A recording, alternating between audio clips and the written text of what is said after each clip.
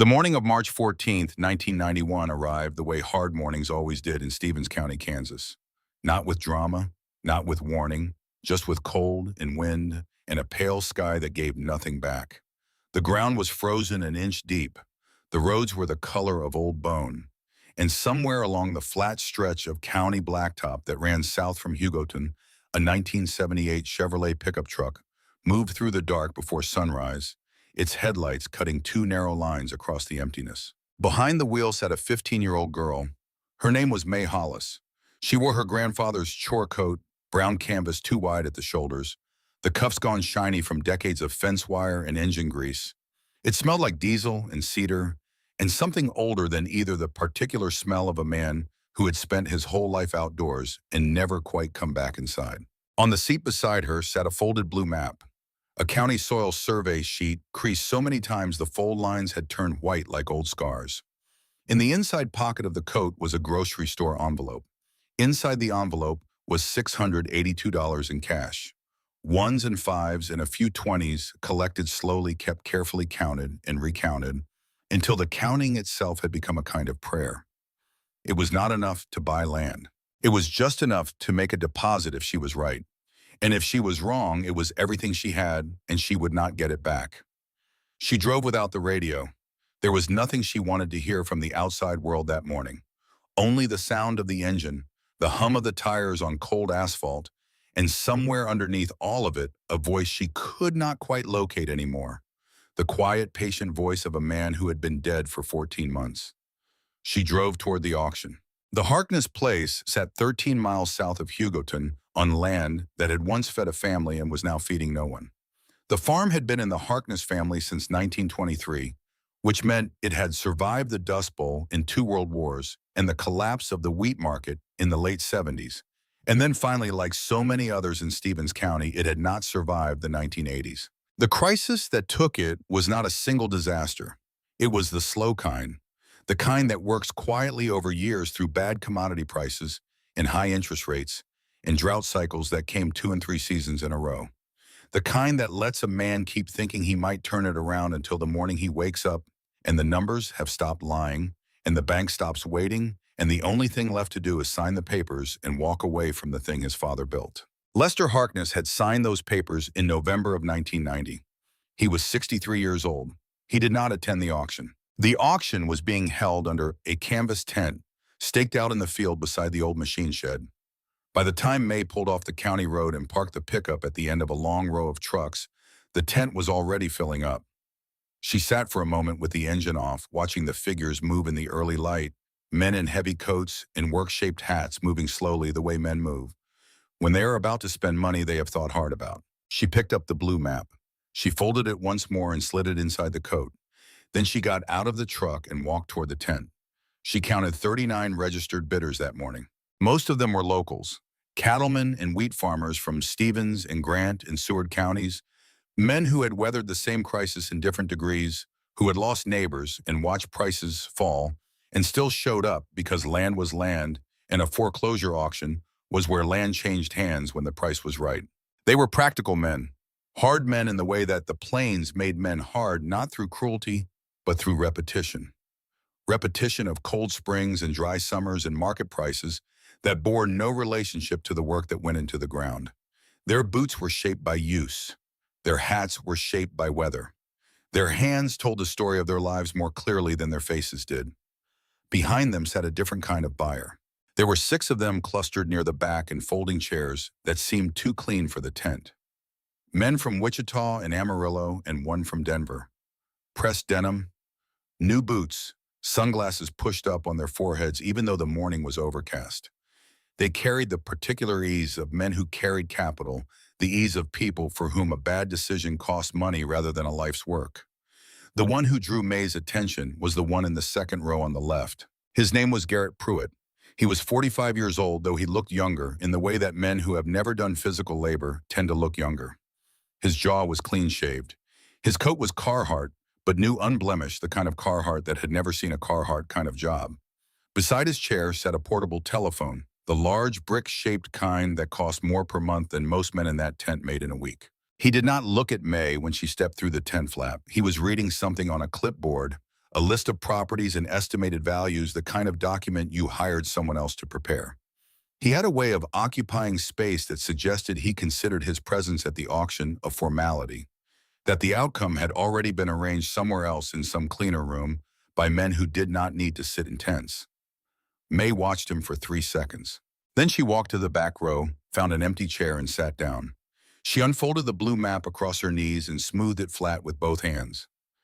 Then she was still. It was the kind of stillness that did not go unnoticed. A man 2 seats over, a weathered cattleman named Burl Estes, glanced at her once, then again. Not unkindly, more the way you might look at something slightly out of place, a different species of bird, on a familiar fence post. He looked at the coat, which was 3 sizes too large. He looked at the map, which was not a sale bill, or a property abstract, or anything a bidder was supposed to carry. He looked at the bidder card in her hand, number 18 stamped in red. He looked away and said nothing. Across the tent near the clerk's table at the front, the auctioneer was arranging his notes. His name was Harlan Denton. He was 62 years old, silver-haired from the temples, back narrow through the body, in the way of men who stayed active not through intention, but through habit, the habit of a life that did not sit still. He had been calling auctions across southwest Kansas for 23 years. Farm auctions, estate auctions, livestock, sales, equipment, dispersals, the entire machinery of rural life, coming apart and reassembling itself one lot at a time. He was fast, and he was fair, and he was known for reading a crowd the way some men read weather, instinctively, without quite being able to explain how. He looked up from his notes when May came in. She watched him look at the coat, the map, the card. She watched his eyes do the calculation that adults' eyes always did when they encountered her in places like this. She looked back at the blue map. Harlan leaned towards the clerk beside him. He said something she could not hear from the back of the tent, but she saw the clerk glance her way. She saw 2 men nearby turn and look and then turn back and then laugh, the soft laugh of people who have decided something without having to say it out loud. May had heard that laugh before. It was not a cruel laugh. It was something smaller and in its way more dismissive than cruelty, the laugh of people who had already decided what was possible, who had drawn their map of the world and found no room on it for a 15-year-old girl in an oversized coat at a foreclosure auction. She looked down at the blue sheet across her knees. She thought about her grandfather. She thought about what he had told her once, standing at the edge of a field in summer, pointing at a low, dark smear of vegetation near a dry stream bed. It is never the loud ground that holds the water. It is always the quiet ground. Remember that. She smoothed the crease in the map with her thumb. She was not here to prove anything to anyone in this tent. She was here to read the land. The Harkness farm had been divided into 8 tracts. The auctioneer's sheet described them in the flat language of real estate acreage, improvements, water rights, soil classifications. Tract 1 had the farmhouse and the machine shed and a working domestic well. Tract 2 carried the best grassland on the property. Tract 3 had a functional windmill. Tract 7 had mineral rights attached. And Tract 4, 60 acres, the sale bill said, dry cropland, no active well, no irrigation allotment, an existing windmill tower non-functional, a stock pond dry, surface rights only, sold as is. Most men in that tent had read that description and stopped reading. May had started there. She had started there because of a report. Not the sale bill, not the property abstract, a state water report printed on thin paper with a pale blue cover, published in 1979. The kind of document that lived in filing cabinets, in government archive rooms, in cedar chests, and almost nowhere else. She had found it 14 months ago, in the weeks after her grandfather's death, working through the papers he had left behind.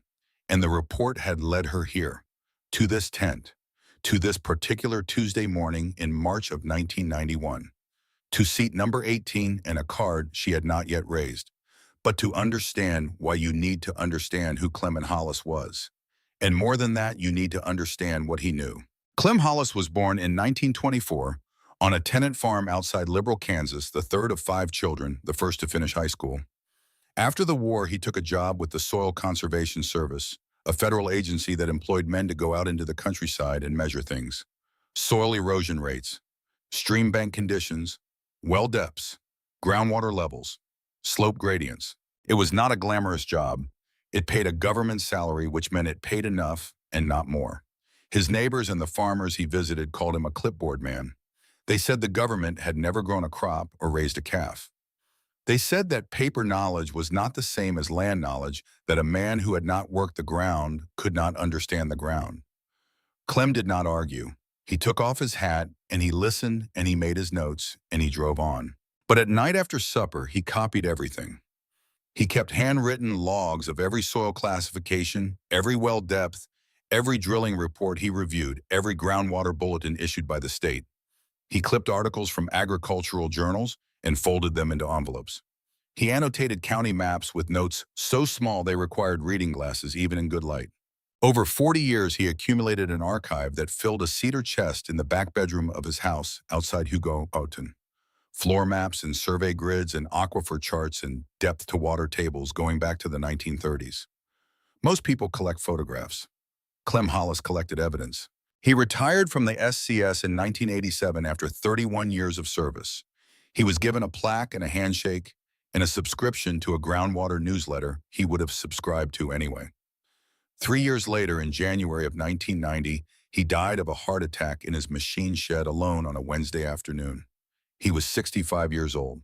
He left May 3 things: the cedar chest, a brass conductivity meter old and heavy and calibrated to within a hair of perfect, and a single yellow legal pad with one sentence written across the top of the first page in his careful compressed handwriting. Read what they skip. May was 7 years old the first time Clem took her out with him on one of his drives. He called them drives, though driving was the least of what they were. He would stop beside a fence line and hand her a stick and say, "Trace where the soil color changes." He would park at the edge of a wheat field and point to a low spot where the stalks grew darker and taller and ask her why. He would lower the brass meter into a stock tank and make her read the needle twice because the second reading was the one you trusted. The first reading had the disturbance of entry in it. The second reading told you what the water actually was. By the time she was 10, she could taste the difference between shallow water and deep water on the tip of her finger.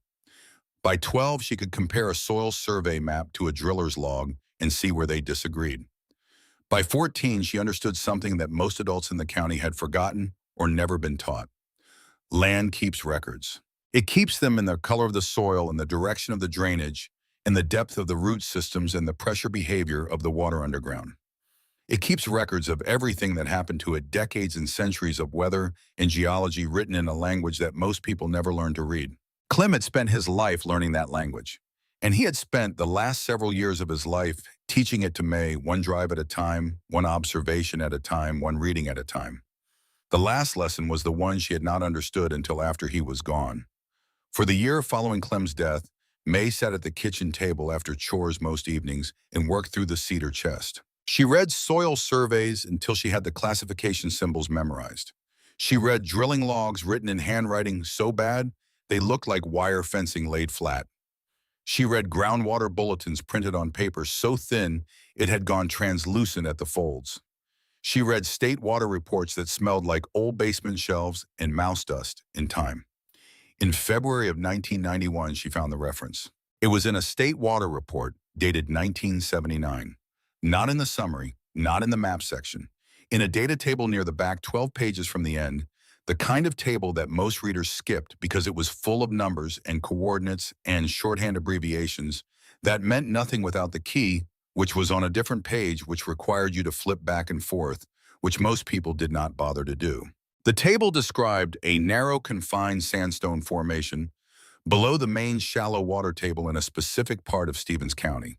Not large, not reliable enough for irrigation scale production, but naturally pressurized in certain locations where an impermeable shale layer above it remained intact. One test hole drilled in 1977 by a state survey crew had encountered this formation at just over 300 feet. The recorded flow rate had been modest but consistent. The water was clean. The pressure was sufficient to bring the water to surface without pumping.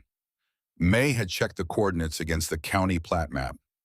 Then she had checked the legal description against the Harkness sale bill that she had seen posted at the feed store 3 weeks earlier. The coordinates matched track 4 exactly.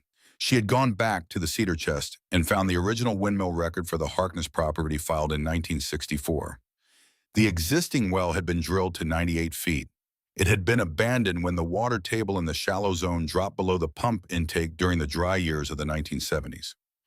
It had never reached the sandstone formation. It had failed not because the land was dry. It had failed because it had stopped 30 feet short of where the water actually began. That was the night May understood the last lesson. She sat at the kitchen table with all the papers spread out in front of her, and she thought about what her grandfather had written on the yellow legal pad. Read what they skipped. She thought about the years of Saturday drives and the brass meter and the patience of a man who never raised his voice and never argued and never told anyone he was smarter than them because he already knew it and proving it was not the point. He had known about this land. She was certain of it now looking at the papers. He had known for years. He had known, and he had said nothing to anyone because saying it would have accomplished nothing. Because the people who needed to hear it would not have believed him. Because they never believed the clipboard man. Because there was only one way to prove what was underground, and that was to drill. He had not drilled. He had not had the money or the land. But he had left her the report. He had left her the survey. He had left her the meter and the chest in the single sentence on the yellow pad. And now it was March of 1991, and the Harkness land was on the auction block, and May Hollis had $682 in a grocery store envelope and a card with the number 18 stamped on it in red. The morning of the auction, before Harlan Denton climbed onto the platform and tapped the microphone, May did one more thing. She left the tent and walked alone across track 4. It was early. The light was still low and gray, and the wind had a cutting quality that had nothing to do with temperature, just persistence.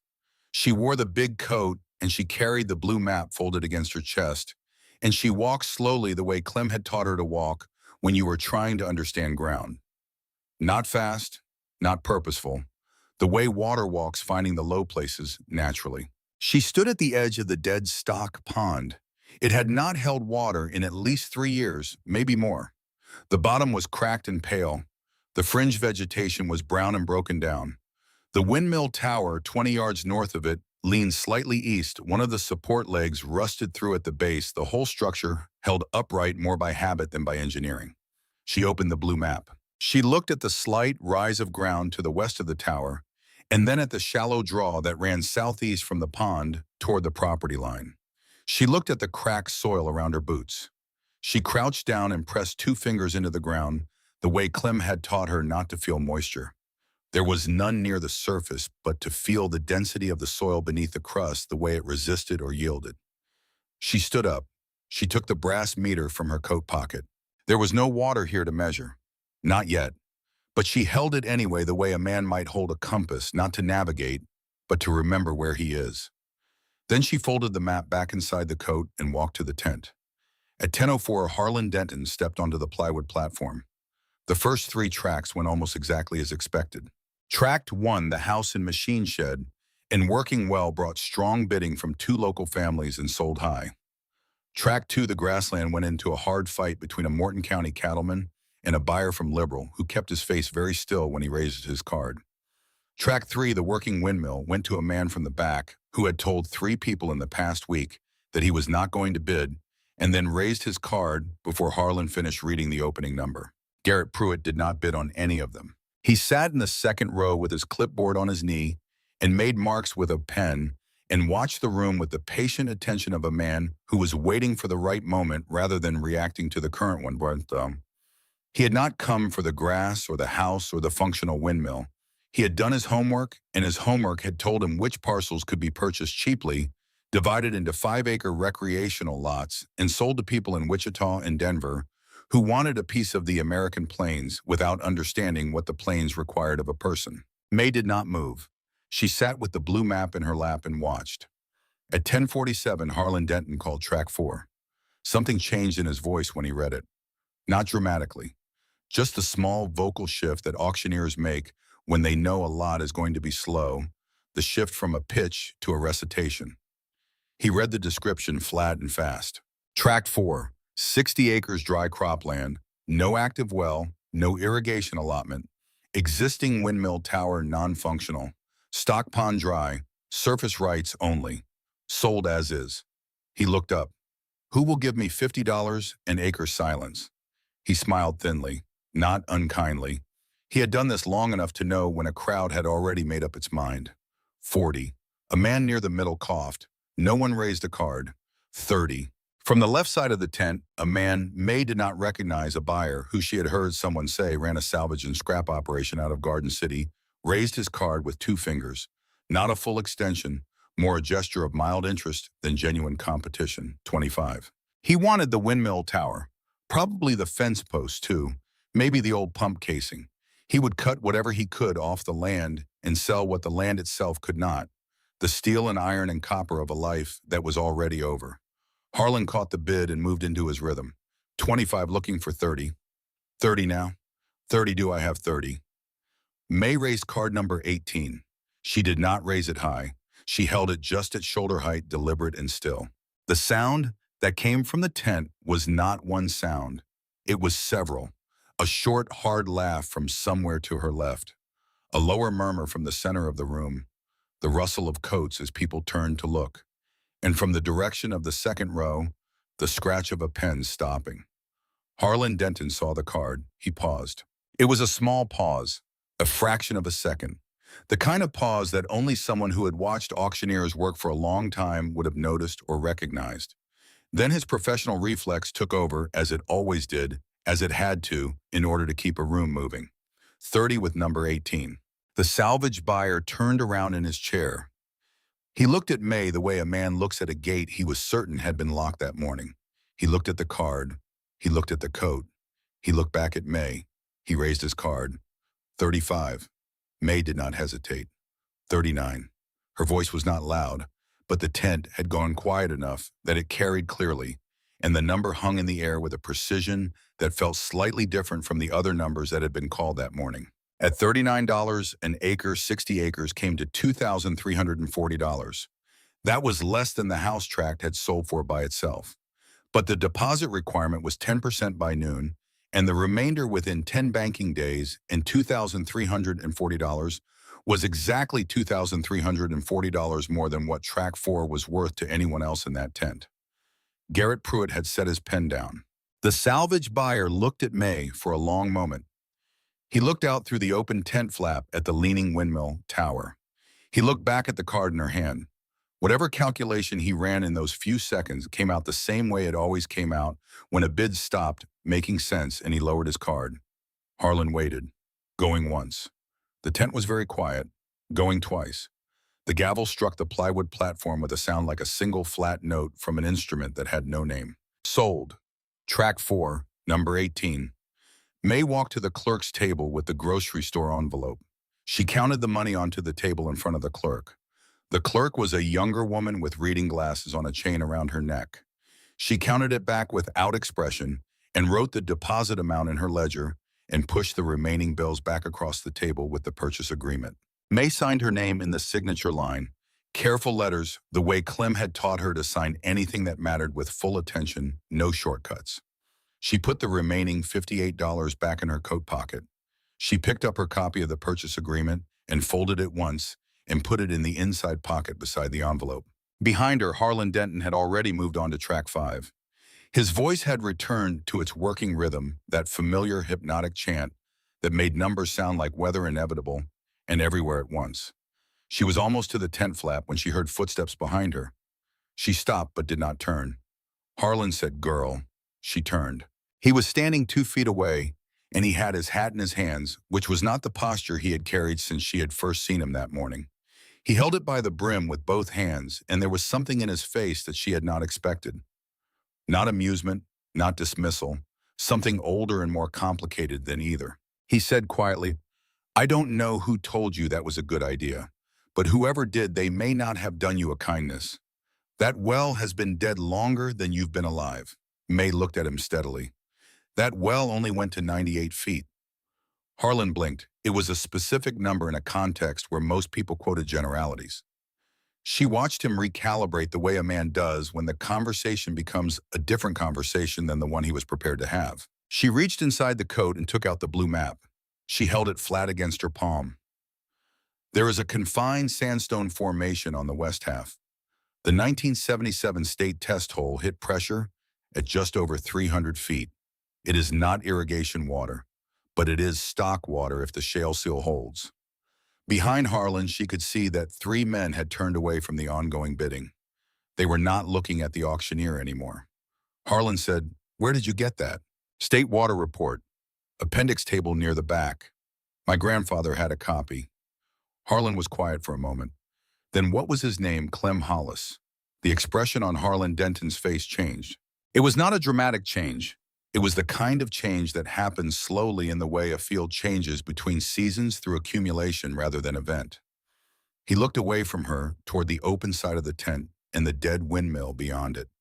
And when he looked back, something had shifted behind his eyes that had not been there before.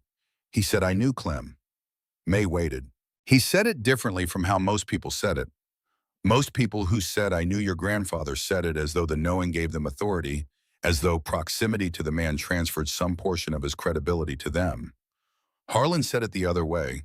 He said it like a weight he had been carrying for some time and had not expected to put down today. He said, "He tried to tell my brother something similar. Different land, but the same idea. Deeper water than anyone was drilling to."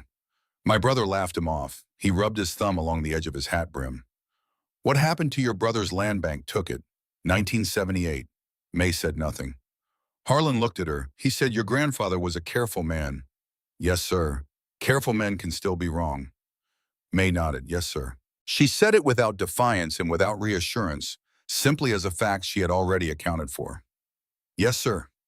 Careful men can still be wrong, and if Clem was wrong, then she was wrong, and the $58 in her pocket, and the 14 months of evening reading, and the whole long inheritance of a man's life's work would come to nothing on a dry piece of Kansas ground south of Hugoton. She knew this. She had known it since the night she first found the report and did the math on what it would cost to be wrong, not just the money. The other thing, the public thing, the thing that happens when a girl who should not have been at an auction makes a decision that should not have been hers to make, and it turns out the decision was wrong, and everyone who laughed was right, and the silence that follows that outcome is the loudest silence there is. She had sat with that silence in her head every night for 6 weeks. She was still standing here. Harlan looked at her for a moment longer than was comfortable. Then he put his hat back on, and he went back to the platform, and the auction moved on. By noon, the tent was empty. Trucks pulled out in lines, raising dust from the frozen ground. The canvas walls of the tent swayed in the wind. Somewhere in the distance, a gate banged once against a post and was still. Garrett Pruitt walked to his vehicle without looking at track 4. He got in and turned the engine on and sat for a moment with his hands on the wheel. Through the windshield, he could see the outline of the leaning tower and the pale, cracked bottom of the dead pond and the 60 acres of dry ground that a 15-year-old girl mom in an oversized coat had just purchased for $39 an acre. He had brought a clipboard and a portable phone and a list of assessed values prepared by a professional appraiser. She had brought a blue map that she had folded and unfolded so many times the creases had gone white. He pulled out of the field and onto the county road and drove north toward Hugoton without stopping. May sat in her grandfather's pickup for a few minutes after the other vehicles had gone. The signed purchase agreement was in her inside pocket. The remaining $58 was in her coat. The blue map was on the seat beside her. 10 banking days stood between her and the full balance, and the full balance was a number she did not yet have a plan to meet. And at the far end of those 10 days was a drilling cost that she had not yet figured out how to pay owed to a man she had not yet figured out how to convince. She looked out the windshield at track 4. The windmill tower leaned east in the wind. The dead pond held nothing but cracked earth and winter light. The land looked exactly like what everyone in that tent had decided it was. Dead ground. Tired ground. Ground that had already given everything it had and had nothing left to offer. She reached across the seat and picked up the blue map. She folded it carefully along the original creases, the ones that had gone white from years of folding, the ones that Clem had made before she had the ones that meant he had carried this particular piece of paper to this particular fold before he ever handed it to her. She put the map in the inside pocket next to the purchase agreement. She started the engine. The heater took 3 miles to begin working, but the road south ran flat and the pickup climbed nothing and the cab stayed cold all the way home. Dutch Seeger ran his operation out of a corrugated metal building on the north side of Liberal, 7 miles from the Oklahoma state line, set back from the highway behind a gravel lot, where two rotary drilling rigs sat parked like sleeping animals, heavy and dark, and covered in the particular kind of grime that does not wash off because it has been there long enough to become part of the material itself. The sign above the door said Seeger Well Services in letters that had once been red. Most of the red had weathered out. What remained was rust-colored, which was not inaccurate for the work. May and her mother drove there the morning after the auction. Her mother's name was Ruth. She was 36 years old, which was young for a woman who looked the way she looked. Not old exactly, but weathered in the way that poverty and responsibility weather a person, in the fine lines around the eyes, and the set of the jaw, and the permanent slight furrow between the brows that comes from doing the math on things that do not add up. She drove with both hands on the wheel and said nothing for most of the 40-minute ride. The land on either side of the highway was flat and brown and repeated itself without variation all the way to the horizon. Halfway there, she said, "He may not take the job." May said, "I know." Ruth said nothing else. They pulled into the gravel lot at 8:15 in the morning. A man in a gray coverall was doing something to the undercarriage of the nearer rig with a wrench. He did not look up when the truck pulled in. He finished what he was doing, set the wrench on the step plate, and only then turned to look at them. Dutch Seeger was 58 years old, broad through the shoulders, built close to the ground. The way men built for physical work sometimes are like weight distributed for stability rather than height. His hands were the dominant feature of him. They were large and permanently stained with drilling mud, worked into the creases and under the nails, the kind of staining that exists below the surface of the skin and cannot be reached by soap. His face was calm in the way of someone who had seen a great many things go wrong and had reached through repetition a state of acceptance that resembled but was not quite peace. He looked at Ruth first, then at May, then he said simply, "Inside." The office was one room separated from the shop floor by a plywood partition. There was a desk with papers on it and two metal chairs and a coffee maker on a filing cabinet, and a wall of shelving that held binders and rolled maps and loose folders going back by the look of the spines to the early 1970s. Dutch poured coffee for himself and offered it to Ruth, who accepted it. He did not offer it to May. He pulled a chair around to May's side of the desk and sat down with his coffee and looked at her. She laid the papers out. Sale bill first. Then the state water report opened to the appendix table, the 114 pages from the back. Then the county soil survey with the formation coordinates marked. Then the 1964 windmill record for the Harkness property. Then the note in Clem's handwriting from the cedar chest, the one that corresponded to the Harkness ground, specifically the one that had told her where to look and how deep to look and what she would find when she got there. Dutch did not touch any of it. He read with his hands wrapped around his coffee cup, leaning forward, his eyes moving slowly across each page before he looked up and nodded for the next one. He took nearly 25 minutes. May did not fill the silence. She had learned from Clem that silence during reading was not an invitation to speak. It was working time. You waited. Ruth sat with her coffee and looked at the wall. When Dutch finished, he set the coffee down. He leaned back in his chair and looked at the ceiling for a moment. Then he looked at May. He said, "What's the track number for?" He got up without saying anything else and went to the shelving on the far wall. He ran his finger along the binder spines until he found the one he was looking for, a gray binder, unlabeled, on the spine third shelf from the bottom. He pulled it out and brought it to the desk and set it down between them and opened it. Inside was a drilling log. Handwritten entries on standard field forms, dated entries going back to the summer of 1981. Job site Stevens County, Section 24, immediately north of the Harkness property line. May recognized the area immediately from the survey. The land directly adjacent to Track 4. Dutch flipped to the last completed page. The entry read, "Terminated at 182 feet. No productive zone encountered. Casing pulled. Location abandoned." Below the field entries was a review stamp, a standard government review format used by SCS consultants who were contracted to provide secondary verification on drilling reports in certain counties during that period. The stamp bore a name, C. Hollis, SCS Reviewer. Date September 4th, 1981. May looked at it. Dutch watched her look at it. He said, "Your grandfather signed off on the review for that job. You know that?"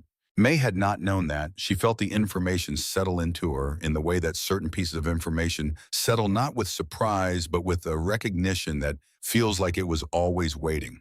She said, "No, sir." Dutch reached across the desk and turned the report to the last page, the page after the termination entry, a supplemental notes section that most drillers use for equipment condition remarks and site restoration notes. There were 4 lines written in the bottom margin of that page. Small handwriting, compressed and precise. The handwriting of a man who had learned to fit a great deal of information into the space available. Dutch set his finger beside the lines and looked at May. She read them. Termination at 182 feet reflects equipment limitation, not formation potential. Shallow zone consistently underperforming across this section. Evidence of confined sandstone unit below impermeable shale, estimated 290 to 320 feet. Pressure signature indicates artesian potential. Well drilled to full depth on any parcel along this axis would likely encounter productive flow without mechanical assistance. Below the note was a set of coordinates. May did not need to check them against the map. She already knew where they pointed. She looked up at Dutch. He was watching her with an expression that had not quite settled into anything identifiable yet. It was somewhere between calculation and something older than calculation, the look of a man reviewing a long sequence of events and locating the moment where a different decision would have led to a different place. He said, "I paid for that hole out of operating capital. Cost me $11,000 and 4 weeks of rig time. Job before it hadn't paid on schedule. Came close to putting me under." He picked up his coffee again, though it had gone cold. He said, "I never read the supplemental page." He said it the way you say something that has been true for 10 years and has been costing you something for all 10 of those years, and you have only just now said it out loud for the first time. May said nothing. He looked at the notes again. He looked at the coordinates. He looked at the state water report open on the desk beside the drilling log, the appendix table that most readers would skip the numbers that meant nothing without the key on the previous page. He closed the drilling log and put it back on the desk without returning it to the shelf. He looked at May and then at Ruth and then back at May. He said, "What exactly are you asking me for?" May said, "I need you to drill to 330 feet on track 4. If the formation produces, I will pay you from the first water revenue. If it doesn't, I will work it off." Dutch looked at her hands on the edge of the desk. They were not soft hands for a 15-year-old. There were wire cuts on the knuckles and a callous ridge along the base of each palm and a half-moon scar near the base of her right thumb that looked like it had come from something spinning. He said, "You know what a dry hole costs?" "Yes, sir." "You got it." "No, sir." He was quiet for a moment. Then he said, "You've got 10 banking days on the balance before the purchase agreement defaults." "Yes, sir." He said, "That doesn't leave time to go looking for money somewhere else if I say no." "No, sir." "It doesn't." He looked at Ruth. Ruth had not spoken since they sat down. She was holding her coffee cup in both hands, and she was looking at Dutch with the direct and level gaze of a woman who had run out of room to be indirect and had decided that the only thing left was to look the situation full in the face and hold still. She said, "She's right about the report, and she's right about the depth. I've read it. I'm not a technical person, and I've read it 3 times, and I'm as certain as I know how to be that she's right." Dutch looked at her for a long moment. He said, "I'll drill 1 hole. I stop at 330 feet unless I see a reason to go deeper. You sign the note, both of you." He looked at May. "If this comes up dry, nobody in this county gets to say I drilled a child's well out of sentiment." May said, "They'll say I talked you into it." Dutch said, "Let them." He picked up a blank contract form from the desk drawer and set it between them, and he found a pen, and without any further discussion about whether or not it was a good idea, they began to work out the terms. The balance came together in 9 days. Not easily. There was no easy about it. There was a conversation May had not wanted to have with her mother, which she had anyway sitting at the kitchen table after supper on the evening of the first day, while the television talked to itself in the other room, and the kitchen light hummed its low, persistent hum. Ruth listened without interrupting. When May finished, she was quiet for a moment. Then she said, "The note at the end of the auction. The balance amount?" May said yes. Ruth said, "That's not a small number." May said, "No, ma'am." Ruth looked at her for a long time. Not angrily, the way a person looks at something they are trying to see clearly without the distortion of what they hoped it would be or feared it might be. She said, You were certain enough to sign the deposit before you told me. It was not a question. May answered it anyway. She said, "Yes, ma'am." Ruth looked at the table. Then she got up and went to the telephone and made 3 calls. May did not listen to the calls. She sat at the table and looked at the yellow legal pad that was still open on the counter where she had left it, the single sentence on the first page in Clem's handwriting. The calls took 20 minutes. When Ruth came back to the table, she sat down and put her hands flat on the surface. She said, "My sister in Dodge City will put up a portion. The rest I can get from the equipment account, but it means the baler doesn't get fixed until fall." May said, "I'll work the baler by hand if I have to." Ruth looked at her. Then she said, "I know you will." She did not say anything else about it. She did not need to. The conversation had not been an argument, and it had not been a negotiation.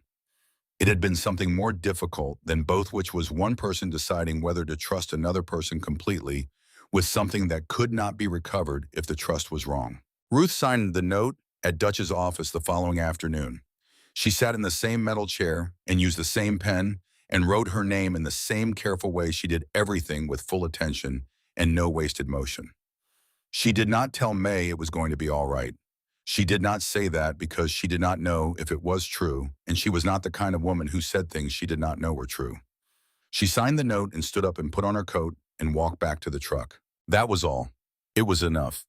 3 days before the drilling was scheduled to begin, Dutch Seeger found a visitor in his gravel lot. He had been in the shop since early, checking the bit assembly on the smaller rig, when he heard the crunch of expensive tires on the gravel and looked up to see a vehicle he did not recognize pull in. It was a late model truck, dark-colored, clean, in the way that vehicles stay clean when they live in garages rather than on job sites. The man who got out was 45 or so, well-dressed in the way of someone who wanted to appear practical without being practical. His coat was new. His boots were new.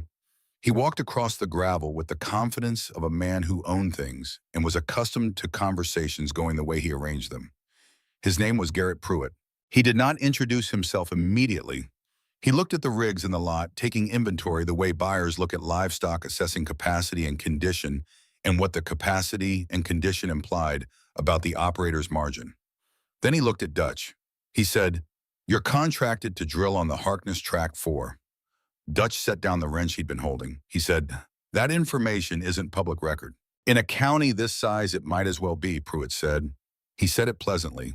The pleasantness of someone who has learned that tone is a tool.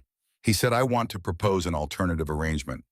I have 4 parcels under option in Grant County, good depth projections, all of them, and I need a driller who can start within the month. Combined contract value is roughly 4 times what you're likely to see from the Hollis job, probably more." Dutch wiped his hands on a rag. He took his time with it, the way he took his time with everything that did not require urgency. He said, "I signed a contract." Pruitt said, "Contracts have release clauses." Dutch said, "Mine don't." Pruitt looked at him for a moment. He had the expression of a man recalculating, running through the alternatives, looking for the leverage point that every negotiation had if you found it. He was not accustomed to the straightforward no. In his experience, the straightforward no was a starting position, not a conclusion. He said there would be a cancellation consideration for the inconvenience. Dutch said, "I don't break contracts." He said it without heat. He said it the way a man states a fact about himself that he has known for a long time and does not feel the need to defend or explain, because it is simply one of the terms by which he operates and has always operated. He had not stayed in business for 30 years by breaking contracts. He had stayed in business by doing what he said he would do on the schedule. He said he would do it, and that was the end of the matter. Pruitt looked at the rigs again. He looked at the building. He was doing a different kind of math now, not the math of the proposal, but the math of the situation of what it meant that a 58-year-old driller in a corrugated building in Liberal, Kansas, had turned down a contract 4 times larger than the current one and shown no sign of being interested in further discussion. He said, "The girl doesn't know what she bought." Dutch picked up the wrench again and turned back to the rig. He said, "Then she'll find out." Pruitt stood in the lot for another moment. Then he got back in his clean truck and drove out to the highway. Dutch watched him go without turning around in the reflection of the chrome on the rig's mast fitting. He thought about the supplemental page he had never read. He thought about $11,000 in 1981 money in 4 weeks of rig time and how close he had come to not recovering from it. He thought about the note in Clem Hollis's handwriting at the bottom of that last page, the small, precise letters of a man who had spent 40 years writing things down so that someone somewhere someday might read them. He went back to checking the bit assembly. The drilling rig came across the county road before first light on April 3rd, 1991. May was already there. She had driven out alone at 5 in the morning, parked the pickup on the section line road, and walked across track 4 in the dark. Not for any practical reason. There was nothing to see in the dark and nothing she could do that would affect what was about to happen. She walked out there because she needed to stand on the ground before the machine touched it. She needed one more moment of it being what it was, unchanged and silent, before the process of finding out began. She stood in the dark beside the dead pond and listened to the wind and looked at the stars, which were brilliant and cold and indifferent to everything beneath them. She thought about Clem. She thought about him driving these county roads in his government pickup, stopping at fence lines, lowering that brass meter into stock tanks, writing his notes in his small, careful hand. She thought about him knowing something that the land itself knew and that everyone else had decided wasn't there. She thought about the cedar chest and the 40 years of accumulated evidence and the single sentence on the yellow legal pad. Read what they skip. The headlights of Dutch's rig appeared on the county road at 6:45. By 7, the mast was up. By 8, the bit was turning. Vehicles began appearing on the section line road before 9. The first 2 were pickups that May recognized, local farmers from the area who had reasons to be driving that road at that hour, and who slowed down as they passed and did not stop but came back around again within the hour. By 10, there were 5 vehicles parked along the road. By 11, there were 9. Nobody pulled all the way in. Nobody parked on track 4 itself or came close to the rig. They stayed on the road, some of them getting out to lean against their truck fenders with their arms folded, some staying inside where the heaters worked, all of them watching with the specific quality of attention that people pay to things they have already decided are not going to work out. They had not come to see a girl prove them wrong. They had come because they could not quite stay away from the possibility, however remote they considered it, that something unexpected might happen. That was the thing about drilling. It was one of the few remaining activities in rural Kansas in 1991 that contained genuine uncertainty. You did not know what was underground until the drill told you. No amount of conviction on either side of the question changed what the formation would produce. The ground kept its own counsel. At 100 feet, the cuttings were dry and pale dust, a little sand, old rock that gave up nothing. At 200 feet, the dust was still pale, but the texture of the cuttings had changed slightly, a finer grain, less angular. Dutch noted it without comment. May was watching him and saw the notation in his expression, but he said nothing and she said nothing. At 270 feet, the cuttings darkened. May felt it before she saw it, a change in the sound of the rig. Not dramatic, just a slight modulation in the pitch of the motor, the way an engine sounds when the load on it shifts. She looked at Dutch. He was looking at the cuttings coming up around the bit. He reached down and picked up a small sample and rubbed it between his fingers. He still said nothing. She did not ask. At 285 feet, the drill stopped. It did not stop because Dutch shut it down. It stopped because the bit had encountered something it could not immediately penetrate. A layer of unexpected hardness, dense and unlayered, not the sandstone they were looking for, and not the shale that should have been above it. Something else. Something that had no corresponding entry in any of the reports on May's desk back at the house. The rig shuddered once, and Dutch killed the motor. Silence fell across the field, the way silence falls when a loud thing stops heavily with weight. Along the road, men who had been leaning against their trucks straightened up. Dutch crouched beside the cuttings coming up around the bit assembly. He picked up a piece. He turned it in his fingers. He looked at it from different angles. He set it down and picked up another piece. He took a sample container from his vest pocket and put a portion of the material inside and sealed it. May crouched beside him. She looked at the material on the ground. It was gray dense with a vitreous quality on the broken surfaces. Not sedimentary layering, not the blue-gray of the shale described in the formation logs, something harder and more irregular. Dutch said, "This isn't in the report." May said no. He looked at her. He said, "Any formation can have anomalies, local intrusions, things the test holes don't find because the test holes don't hit them." May said, "I know." Dutch stood up and looked toward the road. 9 vehicles and some number of men all watching. He said if this is a basement intrusion, it could run deep enough to make the target formation unreachable at this location. We'd have to step off and try a different entry point. May said, what do you think it is? Dutch was quiet for a long moment. He turned the sample piece in his fingers again, looking at the fracture pattern. He said, I think it's a chert lens, local, not deep. May said, how thick? He said, that's what we don't know. From the road, a truck door opened and closed. Garrett Pruitt had been parked at the east end of the line of vehicles since mid-morning. He had arrived without announcement and without approaching the rig, and he had stood beside his vehicle for most of the morning with his arms folded and an expression that had been unreadable from a distance. Now he stood up away from the truck and looked toward the idle rig. May did not look in his direction. She was looking at the ground around the drill site. She crouched down and pressed her fingers into the soil 6 feet from the bit, then 12 feet, then further out to the west where the low rise of ground began. The soil texture was different out there, not different enough to see at a distance, but different enough to feel denser at the surface, more compacted, the kind of surface behavior that sometimes indicated different subsurface conditions. She stood up and walked back to Dutch. She said the report noted a slight topographic rise on the west side of the tract as a marker for the formation. We're drilling at the east edge of the zone. If the chert is local, it may not extend west. Dutch looked at her. She said moving the entry point 15 feet west might get us outside the lens. He looked at the formation notes she had spread on the tailgate of his truck. He looked at the drill site. He looked at the rise of ground to the west. He said moving the entry point adds cost. New hole means new setup time. If the second entry hits the same material, we're done. May said, I know.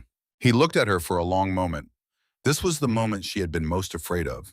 Not the failed depth, or the dry cuttings or the crowd on the road, but this specific moment where the decision came down to one person's reading of the evidence against another person's reading of the evidence, and one of them had 30 years of experience, and one of them had a blue map that she had folded and unfolded until the creases went white.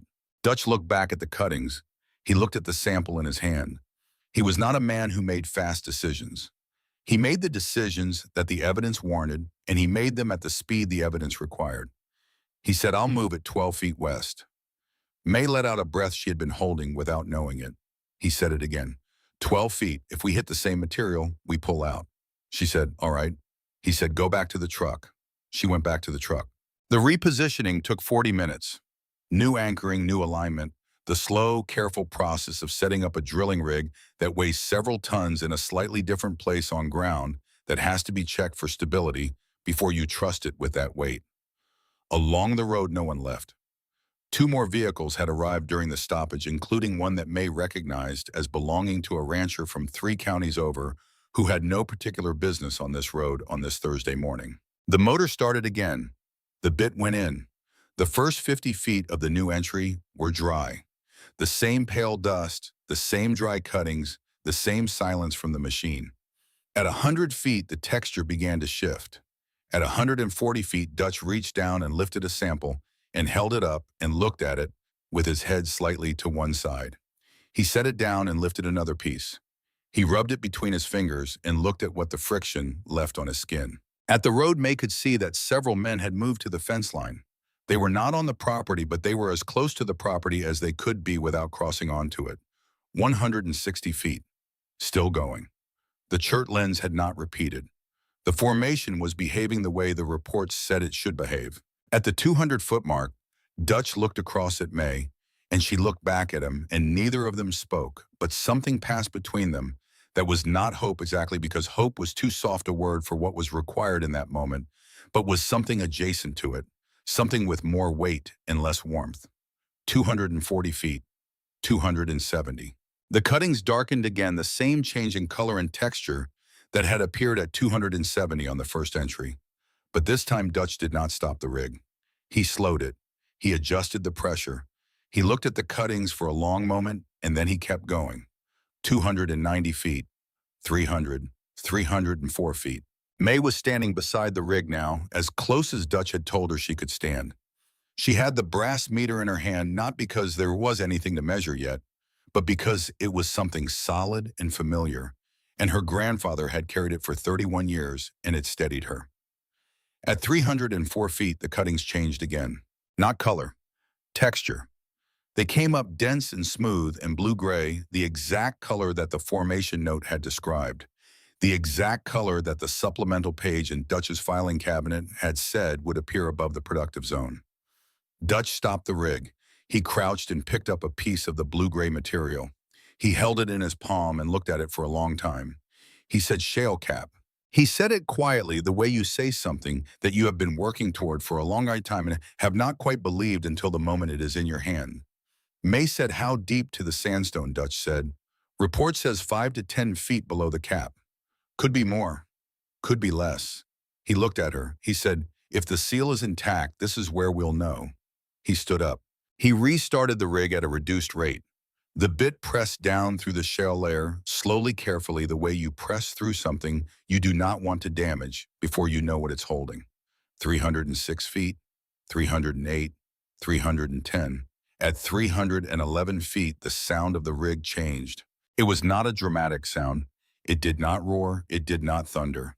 There was no cinematic eruption, no column of water blasting skyward, no noise commensurate with the drama of the moment. What happened was quieter than that, and in its quietness, far more convincing. The bit pressure dropped. Dutch killed the motor immediately. In the silence that followed, May heard it. A sound she had not heard anywhere on this property in the 11 weeks since she had first come to walk it. A soft, insistent movement of water, finding the opening it had been pressing against from below. Rising without effort.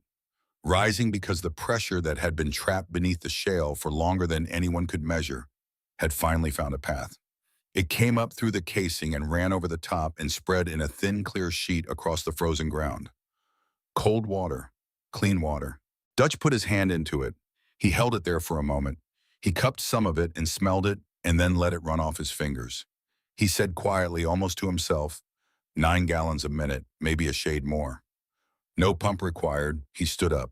He looked at May. She was standing with the brass meter in both hands, her boots already wet from the water running around her feet, and she was not crying, and she was not cheering, and she was not looking at the people along the road or at Garrett Pruitt's truck at the east end of the line or at the dead windmill that was no longer the most interesting structure on this piece of ground.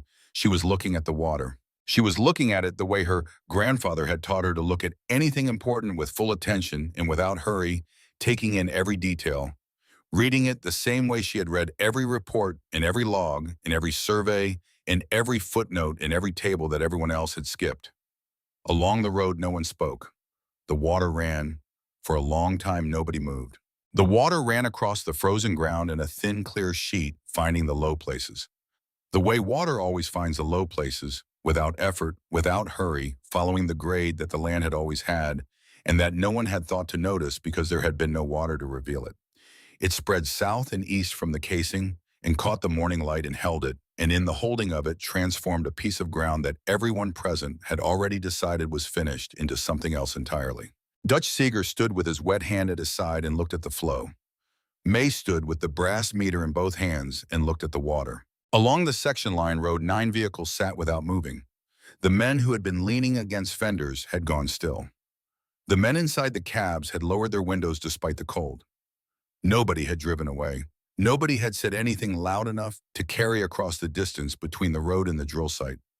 The silence had a texture to it, the dense particular texture of a large number of people revising their understanding of something simultaneously and without the vocabulary to describe the revision as it was happening. Dutch crouched beside the casing and put both hands into the flow. He held them there, feeling the temperature and the pressure and the rate. He had drilled enough wells to know what 9 gallons a minute felt like without measuring it. He had drilled enough dry holes to know what the absence of it felt like too, and the memory of that absence was part of what made this moment as heavy as it was. He stood up. He said, "That seal held." He said it to no one in particular, or perhaps to Clem Hollis, who was not there, who had written 4 lines in the margin of a supplemental page that no one else had ever read, who had known what was under this ground for at least a decade before the drill found it. May looked at Dutch. He said, "Your grandfather would have made something of this." May looked back at the water. She said he would have brought another report. Dutch looked at her. Then he made a sound that was not quite a laugh and not quite something else, somewhere between the two, the sound of a man acknowledging something real. He went to get his sample containers. At the road, a truck door opened. It opened on the east end of the line of vehicles where Garrett Pruitt's dark-colored truck had sat for most of the morning. He got out slowly and stood beside the door and looked at the drill site for a long moment. Then he began walking across the field toward May. He walked with the same confidence he had carried into every room and every negotiation in his professional life.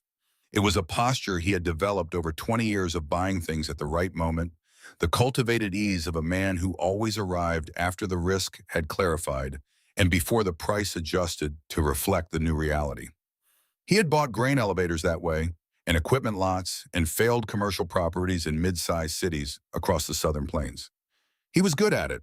He had the particular talent of being able to assess the distance between what something was worth and what it was currently selling for, and of moving quickly through that gap before the seller understood the gap existed. He stopped 6 feet from May. He looked at the water running across the ground. He looked at the casing. He looked at Dutch's back where Dutch was labeling sample containers and making no acknowledgement of Pruitt's presence. Then he looked at May. He said, "Congratulations." May said nothing. He said, "I want to make you an offer right now before you've had time to think about the complications involved in developing this. $117 an acre. Full purchase, clean title. You walk away with enough to cover your drilling costs and your balance and leave money on the table." May looked at him. The offer was 3 times what she had paid. At 60 acres, it came to $7,020, which was enough to pay Dutch and clear the purchase balance and return something to her mother, and leave a remainder that would have constituted more cash than her family had seen in a single transaction in years. She knew exactly what the offer was. She also knew something that Garrett Pruitt had not learned because Garrett Pruitt had not read the report. He did not know that the confined sandstone formation extended along the axis of this section for nearly a quarter mile. He did not know that 3 neighboring operators ran summer cattle on ground that shared this same formation boundary and had been hauling water by truck every dry season since their own wells failed in the late 70s. He did not know what 9 gallons a minute of naturally pressurized stock water was worth to a cattleman running 300 head through a dry southwest Kansas summer. Garrett Pruitt knew what Track 4 had sold for at auction. He did not know what Track 4 was. May said, "You didn't read the report." He said, "Excuse me." She said, "The state water report, the appendix table. You didn't read it or you wouldn't be offering $117. You still don't know what you're trying to buy." He looked at her with an expression that shifted through several things in quick succession. Surprise first, then a recalibration, then something that was not quite respect, but was in the neighborhood of it, the acknowledgement of a man who was accustomed to being the best-informed person in a negotiation, encountering for the first time in some while someone who knew more than he did. He said, "Then tell me what it's worth." May said no. She said it without heat and without triumph. She said it the way you close a door that you have decided to keep closed firmly and completely and without drama. He stood for another moment. He looked at the water still running from the casing across the frozen ground.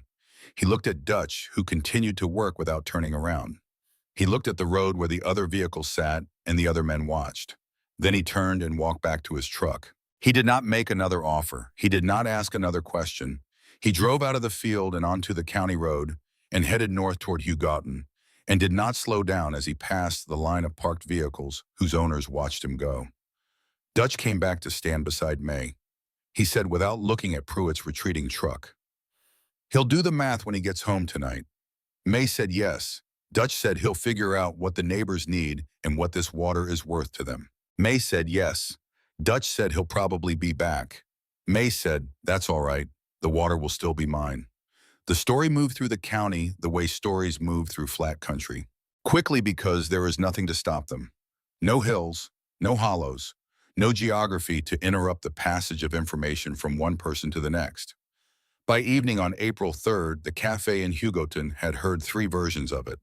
By the following morning, the co-op had its own account, and the feed store had another, and the parts counter at the implement dealer on the north end of Liberal had collected fragments from 4 different sources and assembled them into something that was roughly accurate in outline and inventively specific in detail. The parts that stayed consistent across all versions were the ones that mattered. The girl bought the dry quarter, the one everyone passed on. She drilled below 300 feet. The well came in clean artesian pressure, no pump needed, 9 gallons a minute, maybe more. The last part always drew a pause. No pump. Men who had spent money on pump maintenance, on cylinder replacements, and drop pipe and motor repairs on the entire elaborate mechanical infrastructure required to bring water from underground to the surface stopped when they heard that part. They stopped and ran the number and said nothing and drove home thinking about it. A banker who had not returned Ruth Hollis's first call for 2 days returned her third call the same afternoon it was made. Some of the men who had laughed in the tent did not laugh again where May could hear them, and several of them in the days following drove slowly past Track 4 on the county road and looked at the drill site longer than they meant to. Garrett Pruitt did not come back. He came back twice. The first time was in late April with a revised offer that reflected a more accurate understanding of the formation. The second time was in June with a lawyer and a more formal proposal. Both times May listened to the full offer and then said no. Not rudely, not with satisfaction. Just no, complete and unambiguous, the kind of no that does not contain a higher number waiting to be found. After the second visit, he stopped coming. The summer of 1991 was dry the way Kansas summers always threatened to be, and often delivered on. By July, the county was in its second consecutive drought advisory. Stock ponds across the region were down by a third. The aquifer readings in the shallow zone had dropped another 4 feet from the spring measurement. Cattlemen who ran summer grazing operations were making hard decisions about herd size and water hauling costs and how long they could sustain both. May drove out to 3 neighboring operations in June. She brought the formation report and the well production log that Dutch had filed after completion. She sat at kitchen tables with men who were older than her father would have been, and she showed them the numbers, and she explained the formation in plain language, the same plain language Clem had used when he taught her the language of a man who understood that the goal was comprehension, not performance. The first 2 operators listened. They looked at the numbers. They asked questions about pipe sizing and access easement and what the arrangement would look like on paper. The third operator, a man named Aldous Beach, who ran 240 head on a section and a half north of the Harkness ground, listened for 20 minutes and then said, "What do you need to make this work?" May said, "A fair price per head per month and a written agreement that runs with the land." Aldous said, "What's fair?" She told him. He looked at the number for a moment. Then he said, "Draw it up." By August, she had 3 signed agreements. The water revenue from those agreements, paid monthly, was not a fortune. It was not the kind of money that changed a life in a season. It was the kind of money that handled carefully paid a debt, and then another debt, and then began to accumulate slowly the way honest money accumulates through consistency and the compression of time. She paid Dutch Seeger first, not because the contract required it in that sequence, but because he had taken the risk first, and that meant he got paid first. She drove to Liberal on a Tuesday morning then with a check that represented 6 weeks of water revenue and set it on his desk. He looked at the check. He looked at her. He said, "You didn't have to bring this in person." She said, "I know." He put the check in his desk drawer. He said, "Your grandfather would have done it the same way." She drove back to Hugoton and paid the remainder of the purchase balance and cleared the note and filed the clear title with the county clerk. She did it on a Wednesday afternoon in late August, and she drove home in the same 1978 Chevrolet pickup with the heater that had still not been fixed because there were other things that needed fixing first. The heater would wait. In the fall of 1991, the grass began to come back around the dead pond. Not movie grass, not the fast, lush green of a film version of recovery. Real grass. Dry country grass, the kind that takes hold slowly and holds with everything it has once. It does grama and buffalo grass, coming back in small patches along the wet margin of the pond's eastern edge, where the water table had shifted enough to reach the root zone. May noticed it on a Tuesday in October driving past on the county road. She stopped the truck. She got out and walked across the field to the edge of the pond and crouched down and looked at the grass. It was not impressive to look at. It was not the kind of thing you would photograph or describe to someone else without feeling that the description sounded like nothing. But it was there, and it had not been there in March. She put her hand on it the way Clem had taught her to put her hand on things she was trying to understand with full contact and without pressure, just present. The root structure was already deeper than the blade height suggested. That was how dry country grass survived. It went down before it went up. It built the foundation before it built anything visible. She thought about her grandfather. She thought about him a great deal in those first 2 years, but differently than she had thought about him in the months after his death. In the months after his death, she had thought about him with grief, which is a form of absence. Now she thought about him with something else, a kind of continuing conversation. The sense that the work he had done and the things he had taught her were not finished, that they were ongoing, that she was living inside a lesson that had not yet arrived at its final point. She was 15 years old and then 16 and then 17.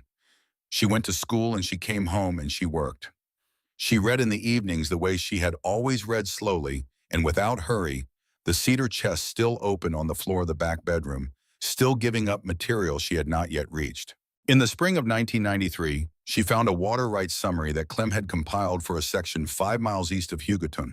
She spent 3 months verifying it against current records. In the fall of that year, she drove out to look at the land, which was not for sale and had not been listed, and showed no sign of coming available. She drove out anyway. She walked the section line and noted what she saw and wrote it in a small notebook that she kept in the glove compartment of the truck. In January of 1994, the land came up for sale. Not auction this time. Private sale, quiet listing a family, trying to avoid the public exposure of a foreclosure by selling before the bank forced the issue. May was 18 years old. She called the listing agent the same morning she heard about it. The negotiation took 4 days. It was not a complicated negotiation. The family needed a clean sale, and May had clear financing from the water revenue and the grazing agreements, and she moved quickly enough that no one else with more capital had time to get organized. She signed the purchase agreement on a Friday afternoon and drove home in the dark, thinking about what the formation logs said about the eastern section of that parcel and what a well at 400 feet might produce if the sandstone unit extended as far east as the survey suggested. She would need to read more. She went home and opened the cedar chest. In 1997, Ruth Hollis stopped bringing up the subject of the college fund. She did not announce that she had stopped. She did not mark the occasion in any way. She simply stopped the way people stop returning to a subject that has resolved itself not with a formal resolution, but with the passage of time and the accumulation of evidence that the outcome, whatever it was, had already been determined. May had not gone to college. She had not discussed it directly or made a formal decision about it.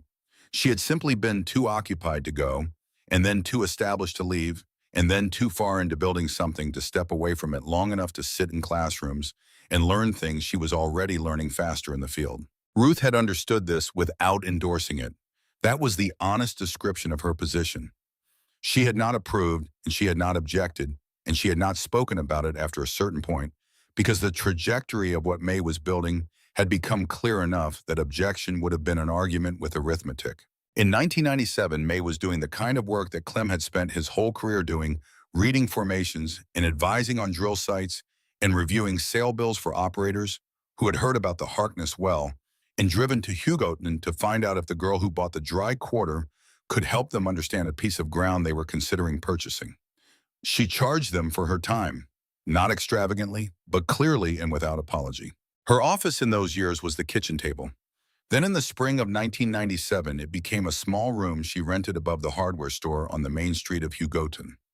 One window, 2 chairs, a desk that had been someone's kitchen table before, a set of shelves along the wall. The cedar chest moved with her. In the spring of 1998, May Hollis drove out to the old Harkness ground on a morning in late April and looked at what 7 years had made. She was 22 years old. The windmill tower that had been leaning east when she bought the property had been rebuilt in the summer of 1992, not because it was needed for the water, the artesian well did not require a windmill, but because it was the right thing to do with a structure that was part of the land's history and could be fixed. It stood straight now against the sky, its wheel turning in the persistent southwest wind, connected to nothing functional, turning simply because that was what windmill wheels did when the wind was there. The pond held water, not deep water, not a reservoir, but genuine standing water supplied by a small pipeline from the artesian casing, enough to give the grass margin that continued its slow, patient return along the banks. The fencing on the west half had been rebuilt the previous fall. The three operator agreements had been renewed twice with modest adjustments for drought years and market shifts. She stood beside the casing and listened to the water. It was quieter than it had been in April of 1991. The pressure had moderated slightly over 7 years, which was expected and had been predicted by the formation literature. It was still sufficient. It still rose without mechanical assistance. It was still cold and clear, and it still ran at somewhere between 8 and 9 gallons a minute on a calm day. She took a hand-painted sign out of the back of the truck. She had made it herself on a piece of treated plywood the previous weekend. White background, black letters, the letters drawn carefully with a 1-inch brush. She had made it the same way she did most things, with full attention and without hurry, doing it right rather than doing it fast. The sign said Hollis Groundwater and Range. Below that, a phone number. She had bought a small metal post building 3 miles from the old Harkness place on the county road, a building she had found in a listing and purchased with 2 years of accumulated water and grazing revenue. She would put the sign there beside the door. She would move the cedar chest from the room above the hardware store. She would keep the shelves. She hung the sign that morning. Then she drove back to town and filed the business registration at the county clerk's office, and drove home and made coffee and sat at the table that had been the kitchen table and was now the office desk, and opened the formation report for a parcel in Grant County that a young operator had mailed her 2 weeks earlier, asking if she could review it before he bid at a sale scheduled for the following month. She read the boring parts first. Harlan Denton retired from auctioneering in the summer of 2007. He was 78 years old, and his knees had been telling him for 3 years that they were finished with the standing and the platform and the long days of county fair auctions and estate sales and the particular physical toll of a job that required being on your feet and projecting your voice for 8 and 10 hours at a time. He had not gone gracefully into retirement, which was not a surprise to anyone who knew him. He had argued with the decision the way he argued with anything he did not want to accept, which was methodically and without resolution, until the argument ran out of fuel and the truth of the situation remained exactly what it had been. He retired in June and drove home to Hugoton in July and spent August trying to figure out what to do with time. On a Thursday afternoon in late September, he drove out to the Hollis Groundwater and Range office on the county road south of town in an old white Buick that had been too clean for the road when he bought it and was less clean now. May came out of the office when she heard the car. She was 31 years old. The weather had written into her face in the ways that weather writes into anyone who spends enough years outdoors in southwest Kansas, in the fine permanent creases at the corners of her eyes, and the particular quality of attention in her expression that comes from years of looking at things carefully and learning to see what they actually are rather than what you expect them to be. She wiped her hands on a cloth and looked at him. He stood beside the car with his hat in both hands, the same posture he had held the last time they stood together in the tent flap after the auction 16 years before. He was diminished by age in the physical ways, the knees, the slight stoop, the slower movement, but the quality of his attention was unchanged. He was still a man who looked directly at what he was looking at. He said, "I owe you more than I paid." May leaned against the fence post and waited. He said, "When you bought this place, and you said your grandfather's name in that tent, I already knew who you were. Not you exactly, but I knew whose granddaughter you were.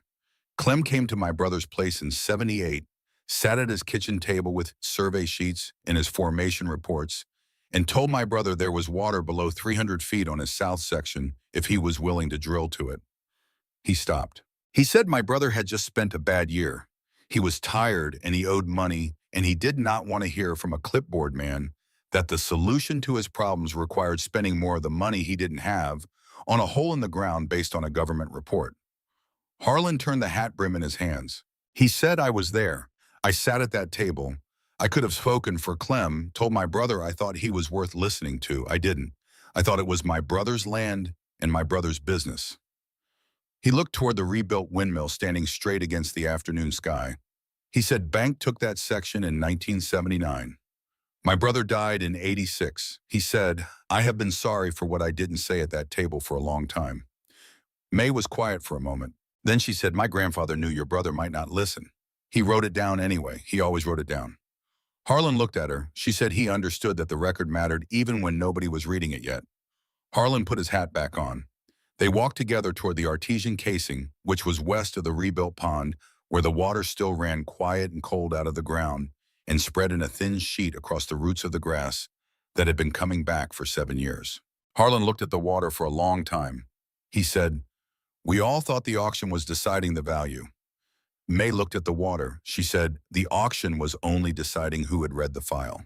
He made the sound that was not quite a laugh, the same sound Dutch had made 7 years before, the sound of a man recognizing a truth he had been adjacent to for years without seeing it directly.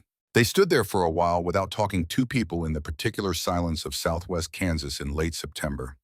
The wind in the turning windmill wheel, the sound of water moving without effort over the ground it had always been waiting to reach. Before he left, Harlan asked to put his hands in the water. May walked him to the casing. He crouched down slowly with effort and held both hands in the flow. He stayed there for a moment with his eyes closed, not performing anything, simply present in the way that people are present when they arrive after a long time at something they have been moving toward without knowing the direction. He stood up and dried his hands on his handkerchief. He said, "Your grandfather was right, and I knew he was right, and I said nothing." May said, "You're here now." Harlan looked at her. He said, "That has to count for something." She said, "It counts." He drove away in the white Buick down the county road with the late September light behind him, and May watched the car until it was past the section line and out of sight. That was the last time she saw him. Harlan Denton died in January of 2009. He was not sick for long. That was one of the things people said afterward at the grain elevator, in the hardware store, and the back table at the cafe, where men went to say the things that needed to be said about a person when the person was no longer available to hear them. He was not sick for long, and he was still in his own house. And those were the two things most people in that county, if they thought about it, honestly hoped for when their own time arrived. The envelope came to May's office in February. It was a plain white envelope, business-sized, no-return address, forwarded from Harlan's estate with a handwritten note from his daughter, explaining that her father had left instructions for it to be delivered to May Hollis after his death. May opened it at her desk at the end of the day after the last appointment had left and the light outside had gone low and orange over the flat country to the west. Inside was a single card. It was made of heavy paper stock, cream-colored, printed with numbers, and a lot code in a standard auction format. The paper had aged to a faint ivory. The edges were soft with years of handling. Bidder card number 18. She turned it over. On the back, in handwriting she did not recognize but understood immediately to be old and careful and made with effort by hands that were no longer entirely reliable, were 9 words. Number 18 knew the ground before the gavel did. She read it twice.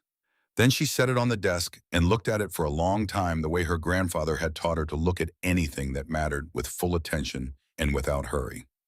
She thought about March 14th, 1991, the cold, the canvas tent, the men who had laughed, and the one who had paused. The card in her hand at shoulder height, deliberate and still. The particular silence that follows the gavel. She thought about Clem at his kitchen table after supper, copying well logs in his small, precise handwriting, building an archive that no one was asking for, and that would take a decade and a half and a girl in an oversized coat to arrive at its purpose. She thought about Dutch's hands in the water at the casing on the morning of April 3rd, 1991. She thought about Harlan's hands in the same water 16 years later. She thought about the supplemental page that Dutch had never read, and the appendix table that 40 auction bidders had skipped, and the 1977 test hole coordinates that sat in a government report in a filing cabinet in a state office building until a 15-year-old girl read them on a winter evening at a kitchen table in Hugoton and understood what they meant. The water was not hidden because it was secret. It was hidden because it was in the footnotes, in the margins, in the supplemental pages, in the appendix tables, and the data that required you to flip back and forth between pages that most readers found too inconvenient to connect. It was hidden in plain sight, the way most important things are hidden, not behind locks, but behind the assumption that what the majority had decided was not worth reading was not worth reading. May picked up the card. She walked to the shelf on the far wall, the long shelf above the cedar chest, where she kept the things that did not fit into the filing system, but could not be put away entirely. She set the card at the left end of the shelf beside the brass conductivity meter that had been in the pocket of Clem's coat when he died, and that she had carried to every field visit she had made in the 18 years since. She set it beside the yellow legal pad that was still open to the first page, the single sentence across the top in Clem's compressed and careful hand. She stepped back and looked at the three objects on the shelf: the meter, the pad, the card. Three different objects, three different moments, one continuous thing. 2 weeks after the envelope arrived, a young man came into the office on a Tuesday morning without an appointment. He was 24 or 25, wearing a work coat that had been broken in by actual work, the elbows worn through and the cuffs restitched with heavier thread. He had a folder under his arm, and the particular expression of someone who has been thinking about a thing for a long time and has finally made the decision to stop thinking and start doing. He said, "Are you May Hollis?" She said, "I am." He said, "I heard you review parcels before people bid on them, that you read formations." May said, "That's right." He said, "I have a sale bill. There's a parcel that everyone's saying isn't worth bidding on. But I've been looking at the soil survey for that section and something doesn't line up." He held out the folder. May looked at it, but did not take it immediately. She said, "How long have you been looking at the survey?" He said, "3 weeks." She said, "What doesn't line up?" He said, "The soil classification in the northwest quarter doesn't match the drainage pattern. The survey says it's uniform, but the way the water moves across that section in a wet year suggests something different underneath. Like the survey is describing the surface, but not what's below it." May looked at him for a moment. Then she said, "Sit down." He sat in the chair across the desk. May reached under the desk and lifted the cedar chest onto the surface. She opened the lid. Inside were the accumulated decades of Clem's records, and below them, the records she had added herself over 18 years of working the same territory in the same way, with the same patience, and the same insistence on reading what other people skipped. She reached into the chest and found a state water report. Old paper, thin, pale blue, cover the kind of document that lived in filing cabinets and archive rooms and almost nowhere else. She set it on the desk in front of him. She said, "Start with the appendix, not the summary, not the maps. The appendix tables at the back, the ones with the coordinate data and the test hole records." He looked at the report. He looked at the appendix. He said, "This is going to take a while." May said yes. She let him read. The office was quiet in the way of quiet places that have held a great deal of work and waiting and patience. The particular quiet of rooms where important things have been done without noise or urgency.